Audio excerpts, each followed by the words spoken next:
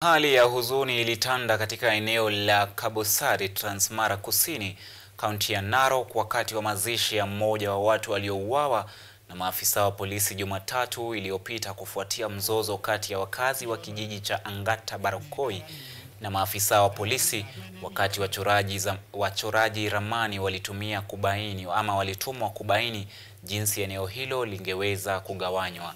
Wakati wa mazishi ya Joseph Rono, baba wa watoto 6 ambaye alikuwa mwalimu na alitarajiwa kuhitimu kutoka chuo kikuu cha Mount Kenya na shahada ya elimu mwezi Agosti mwaka huu, mbunge wa Emurua John Ngeno alitoa wito kwa serikali kuharakisha uchunguzi ili haki itendeke kwa waliouawa katika eneo la Angata. Aidha, aliongeza kuwa baadhi ya maafisa wa polisi waliohusika hawakuwa hata kwenye eneo hilo na inaonekana kwamba baadhi yao walitumwa mahususi kwa ajili ya kuua.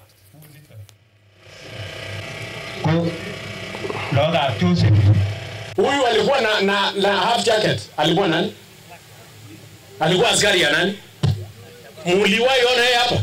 Hawa ni mamluki ambayo walikuwa haya kuja kuua watu hapa. Hata magari yenye ilikuwa hapa, kuna magari yenye hatujawahi ona Kenya hii. And it's unfortunate hizo magari zilichomwa. We would have wished tujue hizi number plates ya hizo gari ni registered under who. Niko na watoto 6 na nimewachwa na mzee yangu. Aliwawa alikuwa nyumbani. Watoto wanataka aende shule, sijui nani atanisomesea watoto. Sasa ninataka mnisaidie. Msaidie watoto wa kwangu na ya bibi ya kwanza. Mtanisaidia tu mnipe kazi.